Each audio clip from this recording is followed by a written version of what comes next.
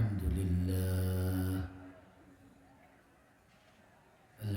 لله نحمده ونستعينه ونستغفره ونؤمن به ونتوكل عليه ونعوذ بالله من شرور أنفسنا ومن سيئات أعمالنا. من يهده الله فلا مضل له ومن يضلله فلا هادي له. ونشهد أن لا إله إلا الله وحده لا شريك له. ونشهد أن محمدا عبده ورسوله. أما بعد فأعوذ بالله من الشيطان الرجيم. بسم الله الرحمن الرحيم.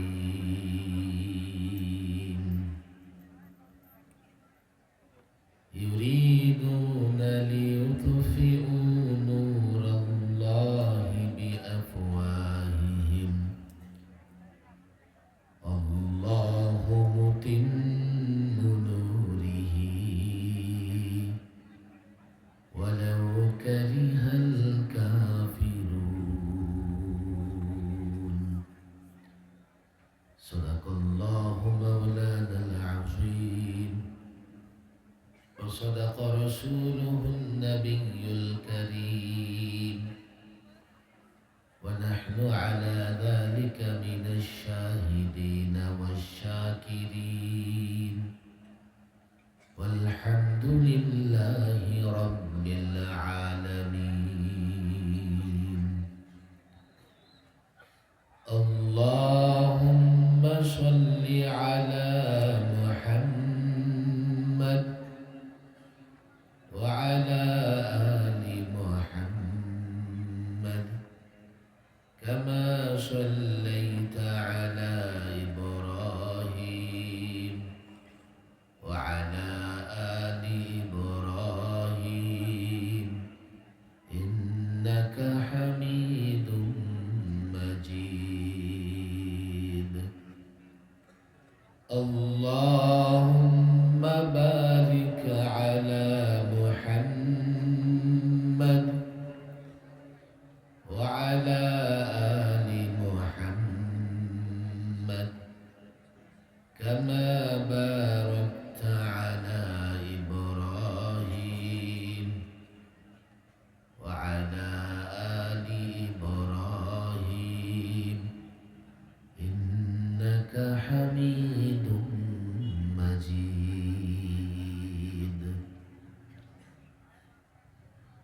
ফেনীর ঐতিহ্যবাহী দ্বীনি শিক্ষা প্রতিষ্ঠান উলামা বাজার মাদ্রাসার মানসিক সভায় উপস্থিত উলামায়ে কেরাম, মাদারিসে দ্বীনিয়ার ছাত্র ভাইয়েরা, উম্মতে মুসলিমার সাহসী এবং উম্মতে মুসলিমার অনুপম শক্তি যুব সমাজ, দিন দরদি ইসলাম প্রিয় তাওহীদি জনতা, উলামা বাজারি মাদ্রাসা বাংলাদেশেরই প্রাচীন একটা দ্বীনি শিক্ষা প্রতিষ্ঠান। এই প্রতিষ্ঠানে শুধুমাত্র ওয়াজ করা কিংবা ওয়াজ শোনার জন্য লোকেরা আসে এমন নয়। এই প্রতিষ্ঠান আকাবির আসলাফদের অবশিষ্ট বারাকাত। প্রতিষ্ঠানে বরকতের জন্য, এই প্রতিষ্ঠানে আসে কল্যাণের জন্য, এই প্রতিষ্ঠানে আসে আকাবির এবং আসলাফদের বারাকাত হাসিল করবার জন্য। 2 দিনব্যাপী সালানা এজলাসের প্রথম দিন চলছে। সাধারণত এই প্রথম দিনে লোকদের একটু আগ্রহ কম থাকে। কাল হয়তো বা আজকে যা জমায়েত হয়েছে এর দ্বিগুণ জমায়েত হবে। এরপরেও আমি রাস্তায় অনেক লোকদের ঘোরাফেরা করতে দেখেছি। যে যেখানেই আছেন দ্রুত প্যান্ডেলের নিচে এসে জায়গা করে দেন। ঐতিহ্যবাহী দিনী প্রতিষ্ঠানে প্রথম দিনে আপনার আসার সুযোগ হয়েছে, এটাও আল্লাহর পক্ষ থেকে বড় নিয়ামত। এই জন্য আমি পথে ঘাটে যাদেরকে দেখে এসছি, কেউ আর আমরা ঘোরাফেরা করব না। প্রথম দিনে সর্বশেষ দোয়া এবং মুনাজাত করে আমরা বিদায় নেব ইনশাআল্লাহ। এই জন্য অনুরোধ থাকবে, আর কেউ এখন এই ডান দিকের এই গেট দিয়ে ঢোকার চেষ্টা করব না, কারণ এদিকে ঢোকার কোনো রাস্তা নাই। স্বেচ্ছাসেবকদের বলবো, এদিকে যারা আসতে চায় পেছনের দিকে দিয়ে দাও। এদিক দিয়ে ঢোকার আর কোনো রাস্তা নাই। যারা আসবে ওই পেছন দিক থেকে, সামনের দিক থেকে তাদেরকে অনুরোধ করে তোমরা প্রবেশ করাও। বড় কঠিন একটা সময় চলতেছে, বড় কঠিন একটা সময় চলতেছে। যেহেতু আপনারাও চট্টগ্রামের মানুষ, আপনাদের বিভাগ চট্টগ্রাম, জেলা ফেনী হলেও চট্টগ্রাম জেলাটাও আপনাদের খুব কাছাকাছি। এই অঞ্চলের লোকেরা বড় একটা অংশ ঢাকার চাইতেও বেশি চট্টগ্রামে বসবাস করে, ব্যবসা বাণিজ্য করে। চট্টগ্রাম কেন্দ্রিক বাণিজ্যিক শহর, চট্টগ্রাম কেন্দ্রিক ষড়যন্ত্র শুরু হয়ে গেছে অলরেডি। গত 2 দিন ধরে আমাদের কাছে যেসব খবরাখবর আসছে, এই খবরগুলো শুনলে আতঙ্কিত হতে হয়। আতঙ্কিত হতে হয় বাংলাদেশকে নিয়ে, বাংলাদেশের মানুষকে নিয়ে, বাংলাদেশের সংখ্যাগরিষ্ঠ মানুষের ধর্ম ইসলামকে নিয়ে। যে ষড়যন্ত্র চলছে, এই ষড়যন্ত্রের কি উদ্দেশ্য হতে পারে, কেন নতুন করে সন্ত্রাসী গোষ্ঠী, জঙ্গি গোষ্ঠী ষড়যন্ত্র করছে, তাদের উদ্দেশ্য কি, এটা বুঝবার জন্যে এই বিষয়ে ডক্টরেট করবার দরকার নাই। কিছু সময় চিন্তা করলে, কিংবা যারা সচেতন সমাজ যারা, তারা ইতিমধ্যে ঠিকই বুঝতে পেরেছেন কেন বাণিজ্যিক নগরী চট্টগ্রামকে কেন্দ্র করে দেশ এবং ইসলামের বিরুদ্ধে ষড়যন্ত্র শুরু হয়েছে। এবার ষড়যন্ত্রে যে জঙ্গি সংগঠন এবং সন্ত্রাসী সংগঠন নেতৃত্ব দিচ্ছে, এই সংগঠনের নাম কি? আমি তো ভেবেছিলাম আমরাই মনে হয় জানি, দেশের সাধারণ জনগণও জানে। আদালত প্রাঙ্গণে রক্ত ঝরানোর ইতিহাস খুব বেশি একটা নাই। 2005-এ একটা জঙ্গি সংগঠন আদালত প্রাঙ্গণে রক্ত জড়িয়েছে, আদালতকে রক্তাক্ত করেছিল। প্রায় 21 বছর পরে আরেকটা জঙ্গি সংগঠন আদালত প্রাঙ্গণে একজন আইনজীবীকে নৃশংসভাবে হত্যা করে, নির্মমভাবে হত্যা করে আদালত চত্বরকে রক্তাক্ত করেছে। আদালত চত্বরকে রক্তাক্ত করে শুধুমাত্র আদালত চত্বরকে রক্তাক্ত করেনি, গোটা দেশকে রক্তাক্ত করেছে এবং দেশের অস্তিত্ব, দেশের স্বাধীনতা এবং এদেশের ধর্ম পালনের স্বাধীনতাকে তারা হুমকির মুখে ফেলে দিয়েছে। যদিও প্রায় ৪৫ বছর যাবৎ এই ইসকন নামের জঙ্গি সংগঠন বাংলাদেশে কাজ করতেছে, তবে আগে তাদের চেহারাটা এতটা জাতির সামনে উন্মুক্ত ছিল না। গত 16 বৎসরে নানা সময় তারা নানা কাজ করেছে, আমরা তাদের নানা কাজের প্রতিবাদ করেছি। তখনও বোঝা যায়নি যে তারা কতটা হিংস্র, তারা কতটা ভয়ঙ্কর, তারা বাংলাদেশ এবং বাংলাদেশের মানুষের জন্য কতটা বিপজ্জনক। খুব কয়েকদিনের ব্যবধানে জাতির সামনে এটা স্পষ্ট হয়ে গেছে যে ইসকন দেশ এবং জাতির জন্য কতটা বিপজ্জনক। প্রশ্ন থেকে যায় তারা এগুলো করছে কেন? ইসকন এইভাবে হঠাৎ করে কোনো জেলায় হাজার হাজার লোকজন জমায়েত করে দেশ বিরোধী এবং দেশের সংখ্যাগরিষ্ঠ মুসলমানদের বিরুদ্ধে বক্তৃতা কেন করছে?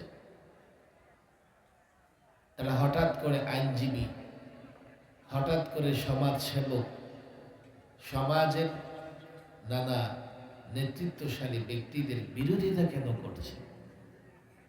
সামাজিক যোগাযোগ মাধ্যম ব্যবহার করে অহরহ হুমকি কেন দিয়ে যাচ্ছে? কোরআনুল কারীমের একটা আয়াত আমি তেলাওয়াত করেছি। মাদ্রাসার ছাত্র ভাইয়েরা, ওলামায়ে কেরাম নিঃসন্দেহে বুঝে গেছেন আয়াতের মর্মার্থ এবং এই আয়াত তেলাওয়াত করার প্রাসঙ্গিকতা।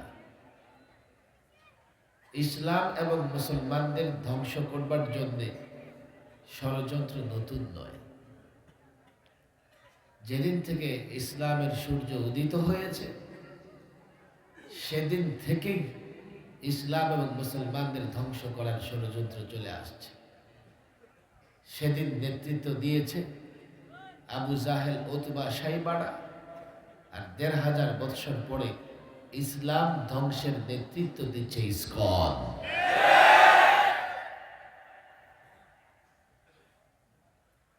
সেদিনও আল্লাহ তাবারক ওয়া তাআলা ইসলাম এবং মুসলমানদের হেফাজত করেছেন, ইসলামকে বিজয়ী করেছেন। ১৫০০ বৎসর পরে যারা ইসলাম মুসলমানদের বিরুদ্ধে ষড়যন্ত্র করছে, সে আল্লাহ এখনো আছেন, হাইয়ুন কাইয়ুম। আমাদের বিশ্বাস ১৫০০ বৎসর পরে এসে যাদের উস্কানিতে ইসলাম এবং মুসলমানদের বিরুদ্ধে ষড়যন্ত্র করছে তারা পরাজিত হবে, ইসলাম মুসলমান বিজয়ী হবে ইনশাআল্লাহ।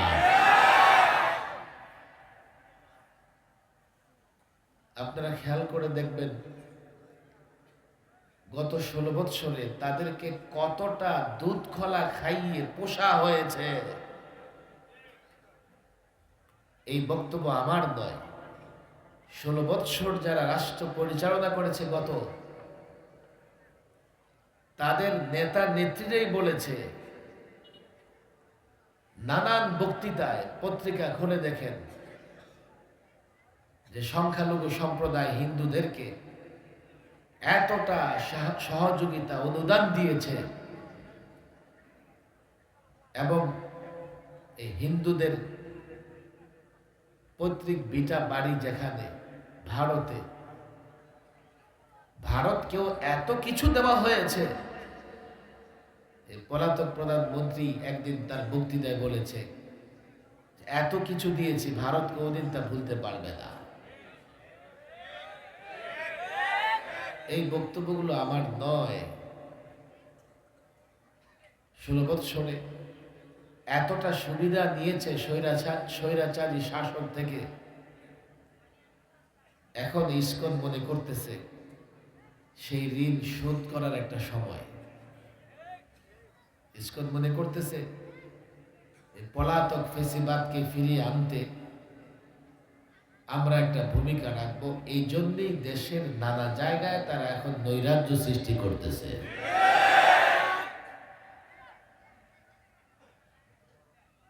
অনেক কথা, ব্যথাও অনেক যুবকেরা এখানে আছে, মাদ্রাসার ছাত্ররা এখানে আছে। গত 16 বৎসরে সবচাইতে বেশি জুলুম সহ্য করেছে ওলামায়ে কেরাম। আমিও গত বছর এখানে বক্তৃতা করে গেছি। আদিব সাহেবের ছেলে মাওলানা আমাকে বলতেছিলেন, হুজুর গতবার তো বয়ান করেছেন, অনেক চাপ ছিল, এবার কোনো চাপ নেই, বয়ান করেন। আমি বললাম, গতবারও কাউকে গনায় ধরি নাই, এবারও কাউকে গনায় ধরার প্রশ্নই উঠে না। দেশটা আমার, আমি দেশের স্বাধীন নাগরিক। জালেমের জুলুম ক্ষণিকের, পতন জালেমেরই হবে। গত 16 বৎসরে সবচাইতে বেশি জুলুম করেছে আলেমদের উপরে। এই জন্য পতন এমন হয়েছে, 53 বৎসরে ক্ষমতা ছেড়ে কোন প্রধানমন্ত্রীকে পালাতে হয় নাই। কেন পালিয়েছ? ছাত্ররা আন্দোলন করেছে, রক্ত দিয়েছে, তবে মূল কারণ ছিল আল্লাহর গজব পড়েছে তাদের উপরে। আমি ছাত্রদের বলি, তোমাদের কেমন ভয় দেখাবে, এই তো আসতেছে। আরে যখন ছিল তখনই তো পরোয়া করি নাই। আশার স্বপ্ন দেখতে পারো, তবে আমরাও আশা রাখি। ইতিহাস আমাদের সামনে, যে শাসকের পতন হয়েছে আল্লাহর গজবে, সেই শাসকের পতন আল্লাহ স্মরণীয় করে রেখেছেন। ফেরাউনকে আল্লাহ স্মরণীয় করে রেখেছেন, যুগে যুগে জালেম শাসকরে আল্লাহ স্মরণীয় করে রেখেছেন। তাতে বোঝা গেল এই জালেম শাসক আর কোনোদিন ফিরতে পারবে না। ফিরলে তো তার পতন আর স্মরণীয় থাকবে না। স্বপ্ন দেখতে বাধা নাই। আর তুমি তো নির্বাচনে পরাজিত হয়ে দেশ ছেড়েছ এমন নয়, জনতার ধোলাই থেকে বাঁচতে পলায়ন করেছ। দেখেন এখন একটা পরিবর্তন হয়েছে, আপনাদের কষ্ট হচ্ছে না? একটু ধীরে স্থিরে বসে যেতে হবে, যারা পিছনে আসছে বসবো। এই পরিবর্তনের পরে আমার দিকে তাকান। গত 16 বৎসর যারা জুলুমের শিকার হয়েছে তাদের একটু সুবিধা হচ্ছে। কি সুবিধা? উন্মুক্ত আকাশের নিচে স্বাধীনভাবে শ্বাস ফেলতে পারতেছে। গত বৎসর জেল থেকে মুক্তি পেয়েছি, কিন্তু খোলা আকাশের নিচেও স্বাধীনভাবে শ্বাস ফেলতে পারি নাই। 30টা 40টা মামলা পেছনে জড়িয়ে দিয়েছে, আর সপ্তাহে 3 দিন কোর্টে যাও। মাহফিলে গেলে বাধা, অনেক সময় সরাসরি আমাদেরকে বাধা দিত, আবার অনেক সময় কর্তৃপক্ষকে গিয়ে নানাভাবে হয়রানি করত।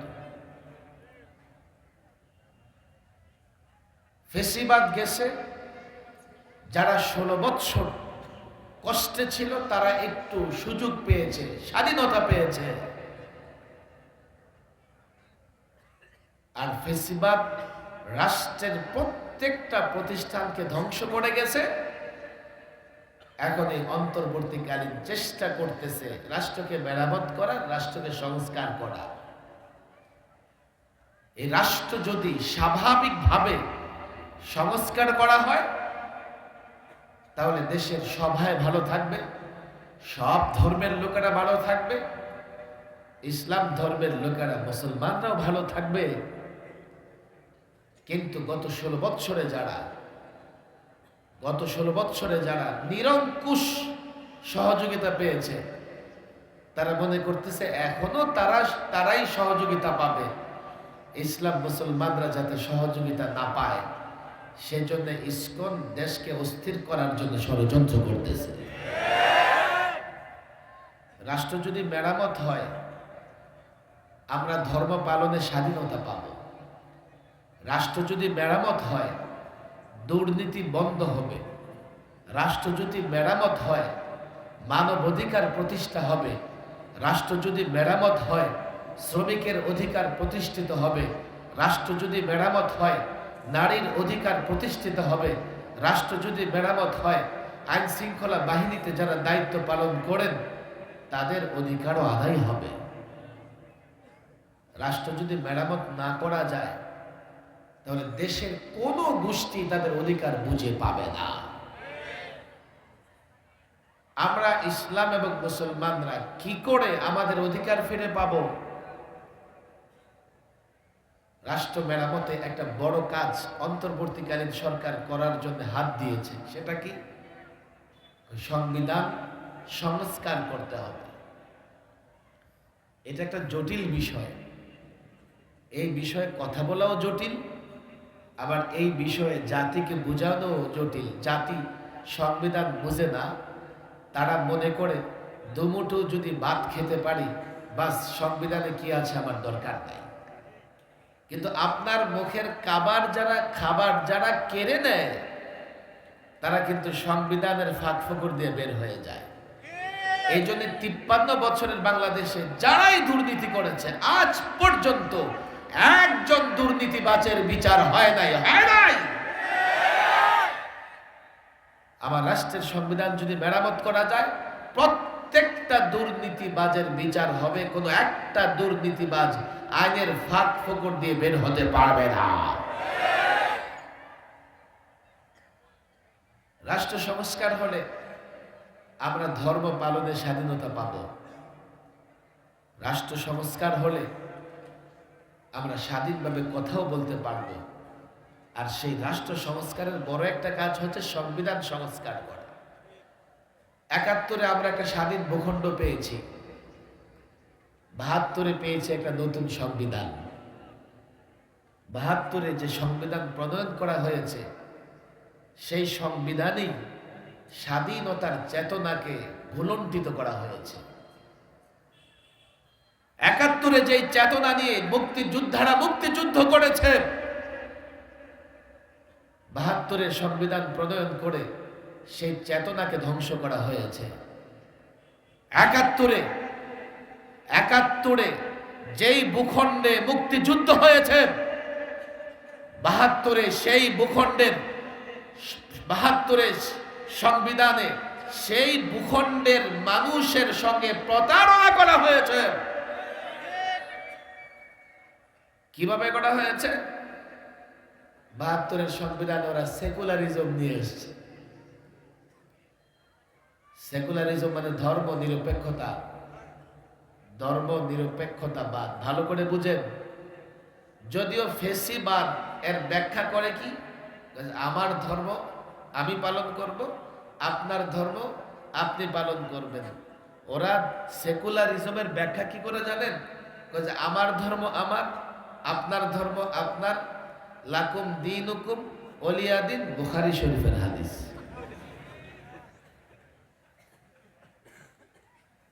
বলেছে না বলে নাই?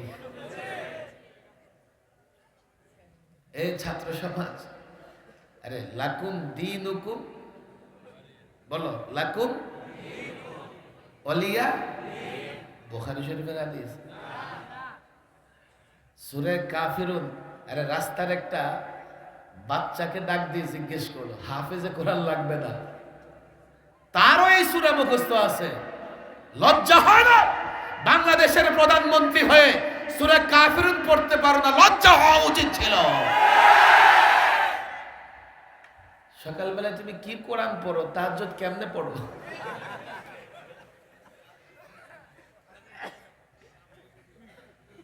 আমার দাদা গল্প শোনাইতেন। একটা সময় আমাদের দেশ থেকে নানা লোকেরা ব্যবসার উদ্দেশ্যে আমাদের পার্শ্ববর্তী দেশে যেতেন। সাধারণত মুসলমান তো দাঁড়িয়ে রাখে। তো আগেরকার মুসলমানরা খুব কোরআন শুদ্ধ করে পড়া, সূরা শুদ্ধ করে পড়া পারত না। আপনারা তো ফেনীর মানুষ। আল্লাহু আকবার। এই তো লক্ষ্মীপুরের একজন বুজুর্গ মাহমুদুল্লাহ হাফিজ হুজুর। কথা লম্বা করলে আমি কথা গুছাইতে পারবো না, এরপরেও বলি, ফেনী, নোয়াখালী, লক্ষ্মীপুরে আসলে মোহাম্মদুল্লাহ হাফিজ হুজুরের কথা বলতেই হয়। আজকে তোমরা যারা টুপি দাড়িওয়ালারা ময়দানে স্বাধীনভাবে কথা বলতেছো, যদি মোহাম্মদুল্লাহ হাফিজ হুজুর ৮০ বছর বয়সের একজন বুজুর্গ এই ময়দানে নেমে পথ তৈরি করে না দিতেন, আজকে বাংলাদেশে আলেম ওলামারা কথা বলতে পারতো না। ৭২-এ শুধুমাত্র সংবিধান একটা ধোঁকা প্রতারণার মাধ্যমে সংবিধান আমাদের উপর চাপিয়ে দিয়েছিল এমন না। ঢাকার রাজপথ দিয়ে কেউ যদি টুপি পরে হাঁটতো, পত্তলিক গোষ্ঠী ওরে রাজাকার বলে গালি দিত। লালবাগের মুহাদ্দিস হযরত মাওলানা মুফতি দ্বীন মোহাম্মদ খান ঢাকার সব আলেমদেরকে দাওয়াত দিয়া, জনগণকে সঙ্গে নিয়া পুরনো এয়ারপোর্ট তেজগাঁওয়ে একটা বিশাল সমাবেশ করলেন। সমাবেশ থেকে ঘোষণা দিয়ে দিলেন, আজ থেকে টুপি দাড়িওয়ালা দেখলে যদি তোমাদের রাজাকার মনে হয় তো তোমাদের আমরা ছাড়ব না। ষড়যন্ত্রটা কত একটা নতুন বাংলাদেশ, নতুন ভাবে পাওয়া একটা ভূখণ্ড, তখন থেকেই ষড়যন্ত্র চলতেছে। এখন কথায় কথায় বলে কি, কত কথা মোহাম্মদুল্লাহ হাফিজুর কথা যখন চলে এসছে, দেখেন এই যে এখন গ্রামের বাচ্চারাও কোরআনে কারীম বিশুদ্ধ পড়তে পারে, এই চিন্তা, এই ফিকির হচ্ছে মোহাম্মদুল্লাহ হাফিজ হুজুরের। তিনি প্রথম ঘোষণা দিয়েছিলেন যে গ্রামে গ্রামে ৬৮,০০০ গ্রামে ৬৮,০০০ মক্তব প্রতিষ্ঠা করবে, এবং আপনাদের নোয়াখালীর আরেক কৃতি সন্তান মাওলানা কারি বেলায়েত হোসেন সাহেবকে দায়িত্ব দিয়ে নুরানি শিক্ষা ব্যবস্থাকে তিনি চালু করিয়েছেন। তো মুসলমানদের দাড়ি থাকে, আগের মুসলমানদের দাড়ি আরো বেশি ছিল। ব্যবসার উদ্দেশ্যে এক এলাকায় গেছে, এখন জুমার দিন জুমার নামাজ তো পড়া লাগবে, তো যাকে জুমার নামাজ পড়তে দিছে সে সূরা কেরাতে পারে না, খুতবা কেমনে পারবে? এখন গাজী কালুর কি ইচ্ছা ছিল আগে, আয় লাখে লাখে সৈন্য মরে কাতারে কাতার, আমি ওর দাদার মুখে শুনছি, গাজী কালুর কিচ্ছা দিয়া খুতবা পড়ে ফেলছে। আল্লাহ ভালো জানে উনি তাহাজ্জুদ পড়তো কোন কিচ্ছা দিয়া। না হলে সূরা কাফিরুন তো তার জানা থাকার দরকার ছিল, কথা ঠিক না বেঠে? ওই যে এক নেতা বলে, হুজুর আমি খুব আয়াতুল কুরসির আমল করি। হ্যাঁ তাই নাকি? মাশাআল্লাহ ভালো, কেমনে পড়েন দেখি? মিনিটে ১০০ বার পড়ে ফেলি। মিনিটে ১০০ বার কেমনে? সহজ হুজুর, দেখবেন কুরসি কুরসি কুরসি কুরসি কুরসি। কুরসি মানে কি? কুরসি মানে কি? কোরআন পড়ে না, সারাক্ষণ কুরসি কুরসি পড়ে, যার জন্য সূরা কাফিরুনও জানে না। আরে আমার জন্য আমার ধর্ম, তোমার জন্য তোমার ধর্ম, ঠিক আছে। এর ব্যাখ্যা হচ্ছে তুমি আমার ধর্ম পালন করতে পারবে না, হে কাফের। কেন? কুফরি অবস্থায় ইসলাম পালন করা যায় না, আর আমি মুসলিম অবস্থায় তোমার কুফরি শিরকের ধর্ম পালন করতে পারবো না। এটাকে দলিল দিয়েছে ধর্ম নিরপেক্ষতা। দলিল দিয়ে যারা ধর্ম নিরপেক্ষতায় বিশ্বাসী মনে করবেন তাদের কোনো ধর্ম নাই, আরে তাদেরও অনেক ধর্ম আছে, শুধু নাই ইসলামটা। সব ধর্ম পালন তারা বরদাস্ত করে, কিন্তু ইসলাম পালন বরদাস্ত করতে পারে না। কথায় কথায় ওরা ৭২-এর সংবিধানের কথা বলে, কেন জানো? ৭২-এর সংবিধানে ইসলাম এবং মুসলমানের চেতনাকে জবাই করে দেওয়া হয়েছিল। ৭২-এর সংবিধানে সেকুলারিজম কেন আসবে? কেন ধর্ম নিরপেক্ষতা আসবে? আমরা ৪৭ এই ভূখণ্ড পেয়েছি ইসলামের কারণে। এই ছাত্র সমাজ জানে না, এই যুবকরা জানে না, ৪৭-এ ভারত স্বাধীন হবার পরে আমরা আলাদা ভূখণ্ড কেন পেয়েছি? মুসলিম শাসকরা, ওলামা একরামরা, মুসলিম রাজনীতিকরা, তাদের দাবি ছিল আমাদের আলাদা একটা ভূখণ্ড লাগবে, যাতে আমরা সেই ভূখণ্ডে কোরআন সুন্নাহর শাসন জারি করতে পারি। আমরা ইসলামের কারণে ভূখণ্ড পেয়েছি 47-এ। যদি তুমি বলো যে ভাষার কারণে পেয়েছি, তো পূর্ব পাকিস্তান আর পশ্চিম পাকিস্তান দুই দেশের ভাষা এক না ভিন্ন? বরং ভাষার কারণে ভূখণ্ড পেলে আমাদের ভাষার সঙ্গে মিলে ক্যালকাটার ভাষা, আমাদের ভাষার সঙ্গে মিলে আসামের ভাষা। ক্যালকাটার হয়ে কিংবা আসামের হয়ে আমরা দিল্লির অধীনস্থ থাকতাম। যেহেতু ইসলামের কারণে ভূখণ্ড পেয়েছি, 2000 কিলোমিটার ব্যবধান দুই রাষ্ট্রে। ইসলাম যেহেতু, দুই ভূখণ্ডের মানুষ যেহেতু মুসলমান, তাদেরকে একসাথে করে একটা রাষ্ট্র গঠিত হয়েছে, তার নাম পাকিস্তান। যদি আমরা 47 ইসলামের কারণে ভূখণ্ড না পেতাম, আমাদেরকে দিল্লির সঙ্গে সংযুক্ত করে দেয়া যেত, 71-এ মুক্তিযুদ্ধের সুযোগ হতো না, আমরা স্বাধীন ভূখণ্ড পেতাম না। যেই ভূখণ্ড পেয়েছি ইসলামের জন্য, যেই ভূখণ্ডের মালিক হয়েছে আমরা ইসলামের কারণে, যেই ভূখণ্ডের জন্য লড়াই করেছে মুসলিম রাজনীতিবিদ ওলামায়ে কেরাম, 47-এ এই দুই ভূখণ্ডে, এই পূর্ব পাকিস্তানে স্বাধীনতার পতাকা উত্তোলন করেছেন একজন আলেম। গোটা দুনিয়াকে চ্যালেঞ্জ করি, যাও ইতিহাস দেখো, গুগলে সার্চ করো, একজন আলেম ঢাকার বড়কাটারা মাদ্রাসা, লালবাগ মাদ্রাসার বাণী, নাম লিখে রাখো, আমার কথা রেকর্ড করে রাখো।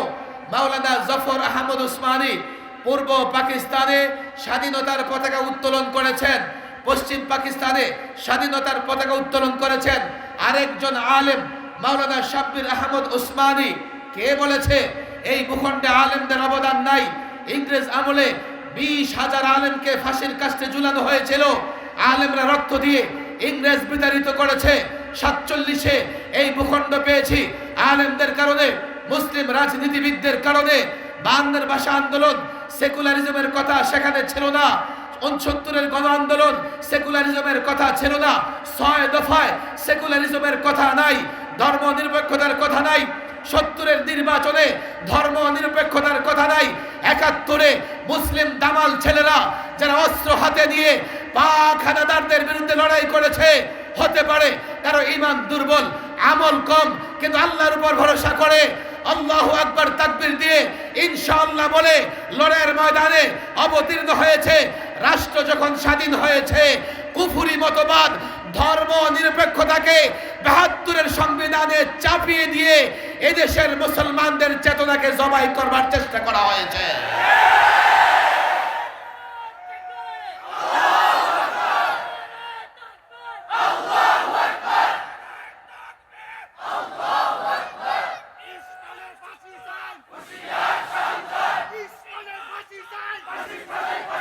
কথা বুঝবার চেষ্টা করেন। 72 থেকে 74 একটা ইতিহাসের সমাপ্তি।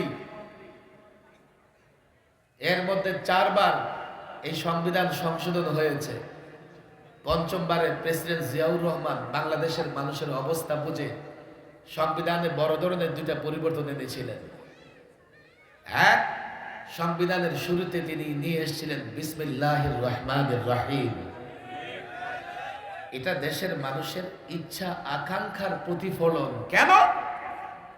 যে দেশের মুসলমান ঘর থেকে বের হলে বিসমিল্লাহ, ঘরে ঢুকলে বিসমিল্লাহ, মসজিদে ঢুকলে বিসমিল্লাহ, খাবারের শুরুতে বিসমিল্লাহ, ঘুমের আগে বিসমিল্লাহ, যে দেশের মানুষের জবানে বিসমিল্লাহ, লেখনির শুরুতে বিসমিল্লাহ, সেই দেশের সংবিধানে শুরুতে বিসমিল্লাহ থাকবে, এটাই তো স্বাভাবিক।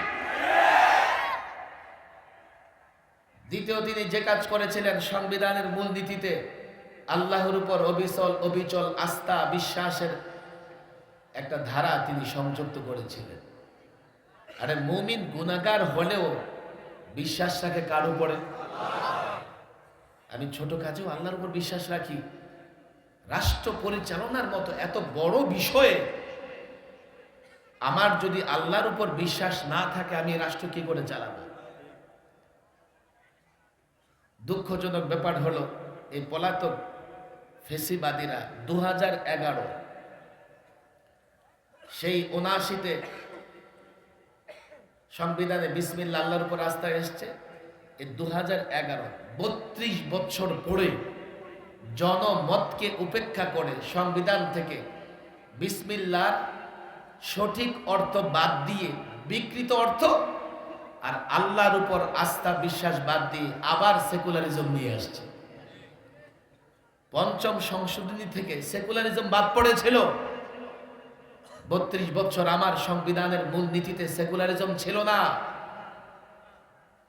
ছিল আল্লাহর উপর আস্থা বিশ্বাস আর বিসমিল্লাহ। 11তে একজন অভিশপ্তকে দিয়ে আদালতের কাঁধে বন্দুক রেখে সংবিধান সংশোধন করেছে, বিসমিল্লাহ বাদ দিয়েছে, তার বিকৃত অর্থ নিয়ে এসছে, আর আল্লাহর উপর আস্থা বিশ্বাস বাদ দিয়েছে। আমার তো ভয় হয়, তুমি যদি কোরআন পড়েও থাকো, তাহাজ্জুদ পড়েও থাকো, আল্লাহর উপর বিশ্বাস না থাকলে এগুলো তোমার কোনো কাজে আসবে না।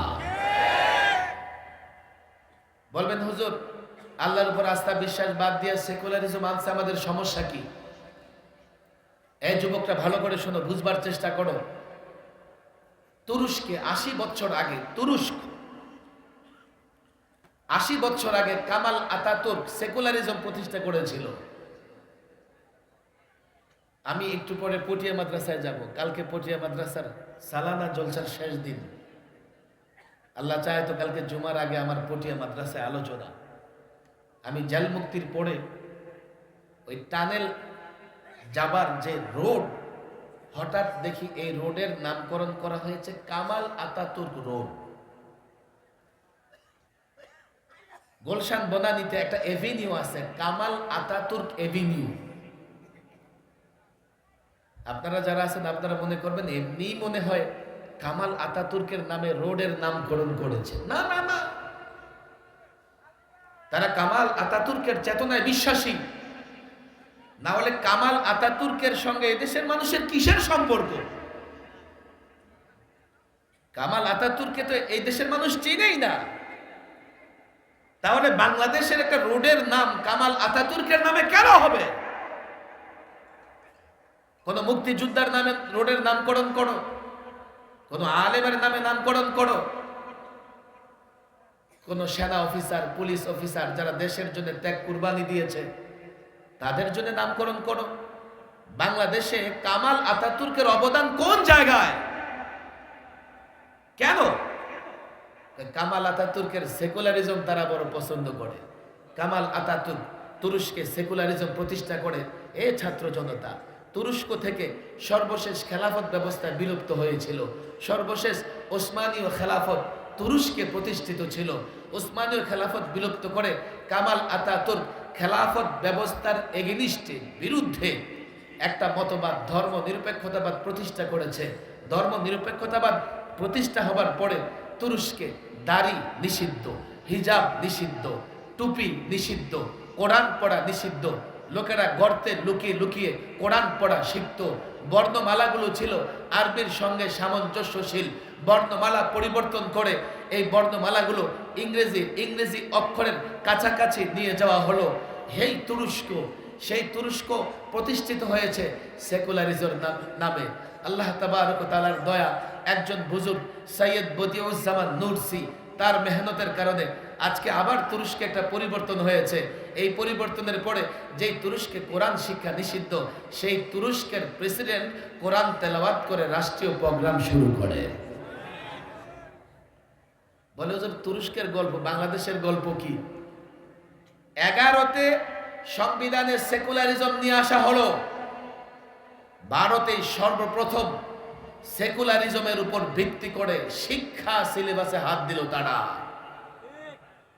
শিক্ষা সিলেবাস, শিক্ষা পাঠ্যক্রম থেকে মুসলিম লেখকদের যত বিদ্রোহী লেখা আছে বাদ, নবীদের জীবনীবাদ, সাহাবাদের জীবনীবাদ, তারা নিয়ে এসছে পৌত্তলিকতা, ডোল তবলা, নানা ধরনের মুসলিম বিরোধী কালচার তারা বাংলাদেশে প্রতিষ্ঠা করবার চেষ্টা করেছে। সর্বশেষ ডারউইনিজম, আমার শিক্ষার্থীরা নাকি বানরের বাচ্চা, এটাও তারা প্রমাণ করবার চেষ্টা করেছে। আমি বলি কি, আমরা আদম সন্তান, আল্লাহ আমাদের সম্মানিত করেছেন, আমরা কোনোদিন বানরের সন্তান হতে পারি না। তবে তোরা যারা নাস্তিকরা, তোদের যাদের জন্ম পার্কে, নদী, নালায়, খাল, বিলে, তোরা তালাশ করে দেখ তোদের জন্মের পেছনে বানরের অবদান আছে না নাই? এরপরে নিয়ে এসছে ট্রান্সজেন্ডার। ট্রান্সজেন্ডার কি? মনে করলেই পুরুষ, মনে করলেই নারী। আরে নারী পুরুষের সম্পর্ক মনের সাথে না জন্মের সঙ্গে? জন্মগতভাবে আল্লাহ যাকে পুরুষ বানিয়েছেন কিয়ামত পর্যন্ত ঘষতে থাকলেও নারী হতে পারবে না। কত কথা, এগুলো বলবার সময় হাতে নাই। এগুলো কেন সুযোগ পেয়েছে? সুযোগ পেয়েছে আমাদের সংবিধানে সেকুলারিজমের কথা আছে, বিদায় কোনো ধর্মকে পৃষ্ঠপোষকতা করা যাবে না। যদি কোনো ধর্মকে পৃষ্ঠপোষকতা নাই করা যায়, তাহলে অন্য ধর্মের লোকদেরকে শত কোটি টাকা বরাদ্দ দিতেছ, তোমরাই তো এই কথা বলেছ। এখন রাষ্ট্রে পরিবর্তন হয়েছে, আমরা চেষ্টা করতেছি সংবিধান সংস্কার করব। কথা ঠিক না বেঠিক? কিন্তু ওই যে যাদের হাতে ইসলাম মুসলমান ক্ষতিগ্রস্ত হয়েছে, সেকুলারিজম বাস্তবায়নের চেষ্টা করে যারা ইসলাম ধ্বংসের চেষ্টা করেছে, তাদের এটা ভালো লাগতেছে না। কেন ইসকন হঠাৎ করে 8 দফা দাবিতে মাঠে নেমেছে? গত 16 বছরে কোথায় তারা বৈষম্যের শিকার ছিল? তবে একটা কথা তো বলতে হয়, গত 16 বছরে তারা ফেসিবাদের পক্ষে ছিল, ফেসিবাদের উচ্ছিষ্ট ভোগ করেছে। তাদের ভেতর থেকে যারা ফেসিবাদের পক্ষ দিয়ে রাষ্ট্র এবং রাষ্ট্রের জনগণের বিরোধিতা করেছে, তাদের বিচার ঠেকাবার জন্য তারা মাঠে নামতে পারে।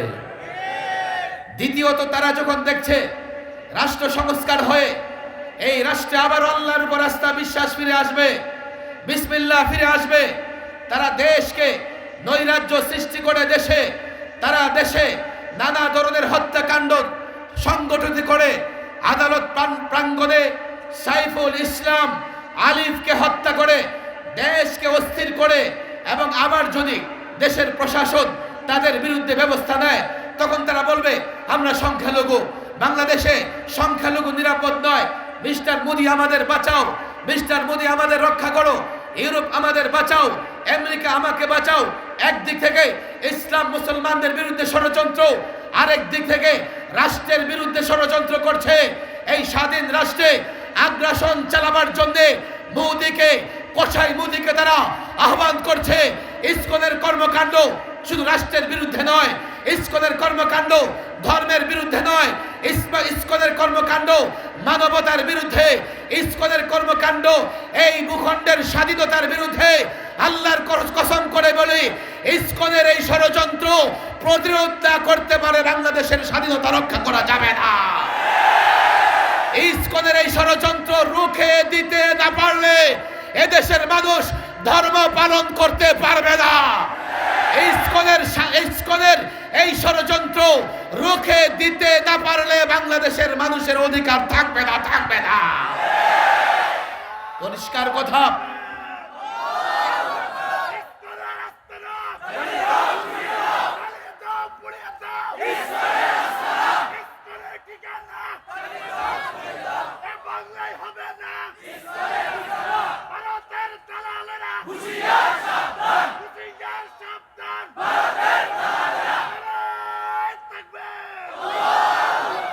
কদিন আগে যিনি চট করে ঢুকতে চেয়েছিলেন, নেতা কর্মীদের নির্দেশ দিলেন কি, আমার না, ট্রাম্পের ছবি নিয়ে বের হও।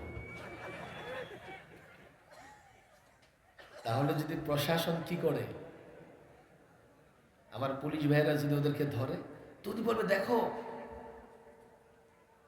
আল্লাহ জানে ঠিকানা পরিবর্তন হয়েছে কিনা। আগে তো জানতাম যে পার্শ্ববর্তীতে শ্বশুর বাড়ি, এখন এত দূরে কেমনে গেল? মিস্টার ট্রাম্প, আমি তোমার আশেক, তোমার ছবি নিয়ে বের হয়েছি, আমারে মারধর করছে, তুমি আসো, এক জাহাজ সৈন্য পাঠায় দাও, আমার উদ্ধার করো। সংখ্যালঘুদেরকে ঢাল হিসেবে ব্যবহার করতেছে। এই বাংলাদেশের 53 বছরের বাংলাদেশে হিন্দু, বৌদ্ধ, খ্রিস্টান সব ধর্মের লোকেরা কাঁধে কাঁধ মিলিয়ে চলেছে। ধর্মের কারণে বাংলাদেশে কোনো দাঙ্গা ফাসাদ হয় নাই। হিন্দু ভাইরা থাকলে আসো, আমি তোমাদের বলি, দেখো, এক তো ইসলাম সাম্প্রদায়িক সম্প্রীতিতে বিশ্বাসী, সম্প্রদায়ে সম্প্রদায়ে ঝগড়া এটা ইসলাম সমর্থন করে না। এই জন্য 53 বছরের বাংলাদেশে হিন্দু মুসলমান যুবক, আমি নিজে প্রাইমারিতে পড়েছি, হিন্দু ছেলে আমারও বন্ধু ছিল, একই ক্লাসে পড়েছি, আন্তরিক বন্ধু ছিল, গলায় গলায় ধরে হেঁটেছি। হিন্দুদের এবং মুসলমানদের সম্পর্ক অনেক পুরনো, ধর্মে ধর্মে কখনো মারামারি হয় নাই। এটা বাংলাদেশের এমন একটা দিক যে গোটা পৃথিবীতে প্রশংসিত। ইসলাম ও সাম্প্রদায়িক সম্প্রীতি চায়, আমরাও সাম্প্রদায়িক সম্প্রীতি চাই। সম্প্রদায় সম্প্রদায় গন্ডগোল বাংলাদেশে নাই, এটা নরেন্দ্র মোদীর দেশে আছে। আজ পর্যন্ত বাংলাদেশে কোনো মন্দির ভেঙে মসজিদ বানানো হয় নাই। আর নরেন্দ্র মোদী 400 বছরের পুরনো বাবরি মসজিদকে ভেঙে রাম মন্দির বানিয়েছে। আজ পর্যন্ত বাংলাদেশের কোন হিন্দু যুবককে ধরে কথা বলা হয় না যে আল্লাহু আকবার বলো, আর তারা মুসলমানদের যুবকদের ধরে ধরে বলে যে জয় শ্রীরাম বলো। আজ পর্যন্ত হিন্দুরা তার ধর্ম পালন করার কারণে তাদের উপর কেউ আক্রমণ করে নাই।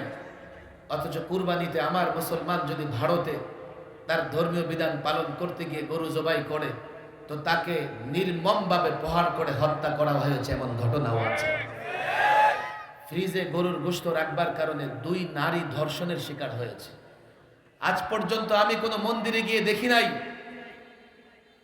মুসলমান যুবক আজান দিয়েছে।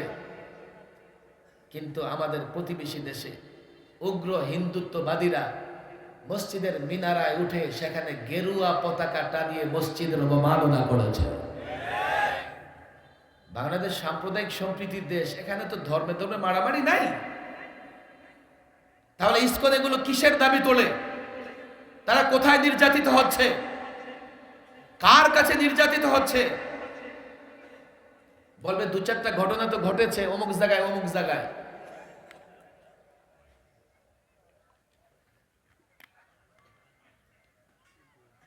বাংলাদেশে যারা ফেসিবাদের পক্ষে ছিল, এমন একজন আছে এত বড় দাঁড়িয়ে পরে বসে কামাই ফেলছে।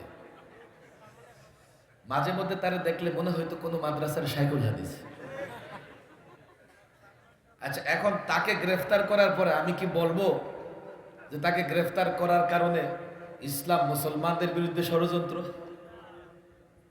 কোন হিন্দু যদি ফেসিবাদের সঙ্গ দিয়ে থাকে, অপরাধ করে থাকে, সে যদি গ্রেফতার হয়, তো এটা হিন্দুদের বিরুদ্ধে কেন হবে? এর মানে হিন্দু অপরাধ করলে সে গ্রেফতার হবে না, বিচারের মুখোমুখি হবে না? যারা ফেসিবাদের সঙ্গ দিয়েছে, 2-4 জন হিন্দু হোক, বৌদ্ধ হোক, খ্রিস্টান হোক আর মুসলমান হোক, ধর্মের বিবেচনায় নয়, অপরাধী হলে তো তাকে গ্রেফতার করে শাস্তি দেওয়াই লাগবে। ইসকন কিসের এগুলো স্লোগান তুলতেছে? তারা নির্যাতনের শিকার হচ্ছে। বলে রংপুরে, নাসিরনগরে, রামুতে, দেখো এখানে পুলিশের ভাইরা আমার আছেন, একটার মামলার তদন্তে আমি নিজেও কাজ করেছি প্রাইভেটলি। কেন? ইসলাম তো এই শিক্ষা দেয় না যে আপনি কোনো অন্য ধর্মের লোকদের উপাসনালয়ে আঘাত করবেন। আর আমরা এটা মুখে বলি না, প্রমাণ করে দেখিয়েছি। 5ই আগস্টে যখন আইন শৃঙ্খলা বাহিনীর নিয়ন্ত্রণের বাইরে চলে গেল দেশ, অনেক থানায় আগুন জ্বলতেছে, থানাগুলিতে পুলিশ নাই, সংখ্যালঘুদের নিরাপত্তা দিয়েছে টুপি দাড়িওয়ালারা। আমি দেখলাম কারা ধর্মের নামে অমুসলিমদের উপর আক্রমণ করে। আমি এটা তদন্ত করে দেখব। সরকার তদন্ত করেছে, আমরা নিজেরা তদন্ত করেছি। নাসিরনগরে হিন্দুদের বাড়িঘর ভেঙেছে কে? সরকার দলীয় সংসদ সদস্য ওবায়দুল মুক্তাদির শহর থেকে ট্রাক ভাড়া করে যুবকদের পাঠিয়ে নাসিরনগরে হিন্দুদের বাড়িঘরে আক্রমণ করেছে। সে আওয়ামী লীগের সংসদ সদস্য ছিল। রামুতে বৌদ্ধ মন্দিরে আক্রমণ করেছে কে? যাও দেখো, আমাদের পুলিশ ভাইরা চার্জশিট দিয়েছে। এর পেছনে একজন টুপি দাড়িওয়ালা আলেম ছিল না। হয় বাংলাদেশে মুসলমান নির্যাতন হয়, আবার মুসলমান মুসলমান ঝগড়া করে অনেক মসজিদও ভাঙচুর করে। হতে পারে দুই মুসলমানের মধ্যে ঝগড়া হয়, আবার এক মুসলমান আরেক হিন্দুর মধ্যেও ঝগড়া হতে পারে। এটা তো ধর্মের কারণে নয় কিংবা সাম্প্রদায়িক ঝগড়া নয়। তারা বিচ্ছিন্ন ঘটনাগুলোকে সাম্প্রদায়িক দাঙ্গা প্রমাণ করে প্রকৃত পক্ষে তারা দেশের বিরুদ্ধে ষড়যন্ত্র করতেছে। আর এখন ইসলাম মুসলমানদের একটা সুযোগ আসছে, তারা এটা বরদাস্ত করে না। তারা মনে করে আমরা রাষ্ট্রটাকে পৌত্তলিক বানাবো। আরে আমাদের রাজনৈতিক উচ্চাবিলাস ছিল না। গত 16 বছর আমরা কেন সরকারের বিরোধিতা করেছি? এই পলাতক সরকার রাষ্ট্রের পরিচয় বদলে দিতে চেয়েছিল। গোটা পৃথিবী জানে বাংলাদেশ মুসলিম রাষ্ট্র, কিন্তু বাংলাদেশে ভাস্কর্যের নামে মোড়ে মোড়ে মূর্তি বানিয়ে একজন মুসলিম নবাব ঢাকা ইউনিভার্সিটির জায়গা দিয়েছে। সে ঢাকা ইউনিভার্সিটির ভেতরে 360 মূর্তি নির্মাণ করে 1500 বছর আগে কোরাইশরা মক্কাতুল মুকাররমা মসজিদে হারামের ভেতরে কাবার ভেতরে 360 মূর্তি বানিয়েছিল। আর পলাতক সরকার 1500 বছর পরে ঢাকা ইউনিভার্সিটিতে 360 মূর্তি বানিয়েছিল। নিজের বাবার মূর্তি বানিয়েছে, আবার দলের লোকেরা মূর্তির সামনে মুনাজাত করতেছে, মূর্তির গলায় ফুল চড়াইতেছে, মূর্তিকে নানান ভাবে সম্মান এবং মর্যাদা দিতেছে। বাংলাদেশের পরিচয় তারা বদলে দিতে চেয়েছিল, যার জন্য আমরা বিরোধিতা করেছি। আমাদের বিরোধিতা রাজনৈতিক স্বার্থে ছিল না। আমরা নরেন্দ্র মোদীর বিরোধিতা করেছি। কেন করেছি? নরেন্দ্র মোদীর হাতে এবং দাঁতে এখনো গুজরাটের নিরীহ মুসলমানদের রক্ত লেগে আছে। আমরা কেন বিরোধিতা করেছি? রাজনৈতিক স্বার্থে নয়। আমাদের দাবি না মেনে জুলুম করা হয়েছে।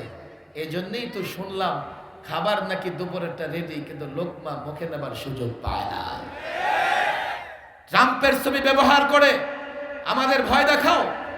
নরেন্দ্র মোদীকে বাংলাদেশে আগ্রাসন চালাবার জন্য উস্কানি দাও। আল্লাহর কসম করে বলি, জুলাইয়ের বিপ্লব, 5ই আগস্টের বিপ্লব আমেরিকার উপর ভরসা করেছিল না। এই বিপ্লব থেকে ভারতের ভয়ে আমরা দূরে থাকিনি। ভারতের ভয় পরোয়া না করে, আমেরিকার উপর ভরসা না করে ছাত্র জনতা একটা বিপ্লব করেছে। বিপ্লব করবার পরে রাষ্ট্র দ্বিতীয়বার স্বাধীন হয়েছে।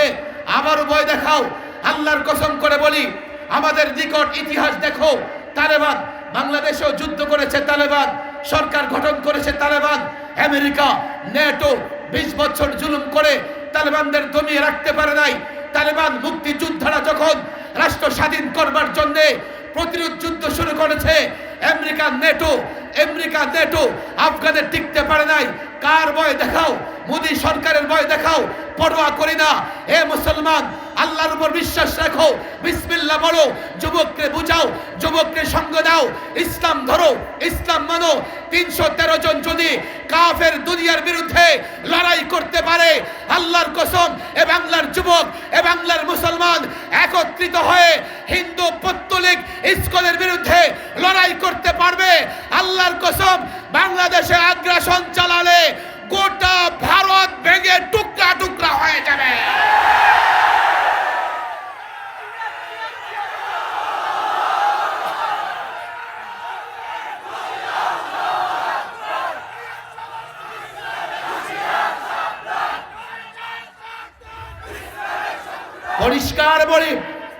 পরিষ্কার বলি, এই ওলামা বাজারের মাহফিলে উপস্থিত জনতা, আমি জানি না বাংলাদেশ আক্রান্ত হলে কারা লড়াই করবে। আমি জানতে চাইবো না এই ভূখণ্ড হেফাজতের জন্য কারা লড়াই করবে। তবে যারা আল্লাহকে ভালোবাসে, আল্লাহর রসুলকে ভালোবাসে, ইসলামকে ভালোবাসে, ভূখণ্ড পেয়েছি ইসলামের জন্য। রাষ্ট্র আক্রান্ত হলে ইসলাম আক্রান্ত হবে, রাষ্ট্র আক্রান্ত হলে মুসলিমরা আক্রান্ত হবে।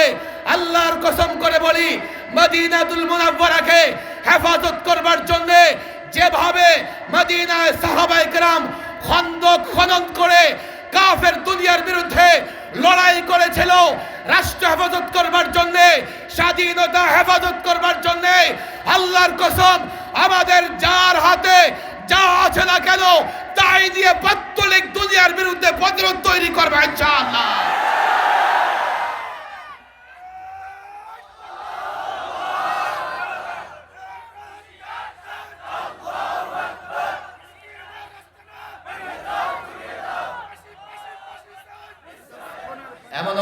মুসলিম রাষ্ট্রকে গিলে ফেলতে চেয়েছিল অনেক সাম্রাজ্যবাদী শক্তি, চূড়ান্তভাবে পারে না। রাশিয়া চেয়েছিল সোভিয়েত ইউনিয়ন বানিয়ে চেচনিয়া বসনিয়া সহ এই অঞ্চল বুখারা সামারকান্দ দখলে নিয়ে নিবে, রাখতে পারে নাই। রাশিয়া চেয়েছিল আফগান কন্ট্রোলে নেবে, নিতে পারে নাই। রাশিয়ার পরে আমেরিকা চেয়েছিল, নিতে পারে নাই। বাংলাদেশ ক্ষুদ্র রাষ্ট্র হতে পারে, তবে এ রাষ্ট্রের প্রত্যেকটা মুসলমানের সন্তান অ্যাটম বোমার চাইতে শক্তিশালী। মুসলমানের বাচ্চা অস্ত্রের বলে লড়াই করে না, সংখ্যার বলে লড়াই করে না। আমরা দুর্বল হতে পারি, আমাদের রব শক্তিশালী। আমরা দেখতে দুর্বল হতে পারি, আমাদের ঈমানকে শক্তিশালী করতে হবে। সজাগ থাকবেন, সতর্ক থাকবেন। কেউ যেন সংখ্যালঘুদের বাড়ি ঘরে আক্রমণ করে সেই দায় আপনাদের উপর চাপাতে না পারে। আমরা সাম্প্রদায়িক সম্প্রীতি বিশ্বাসী, তবে সংখ্যালঘুদের মধ্য থেকে যারা রাষ্ট্র ইসলামের বিরুদ্ধে অবস্থান করবে, রাষ্ট্র অবশ্যই তাদের গ্রেফতার করে বিচারের মুখোমুখি দাঁড় করাবে। যতই তোমরা এই স্লোগান তোলো যে সংখ্যালঘু নির্যাতন হচ্ছে, তোমাদের অবৈধ কর্মকাণ্ড এগুলো করে পার পেয়ে যাবার জন্য যতই এই স্লোগান দাও, কাজ হবে না।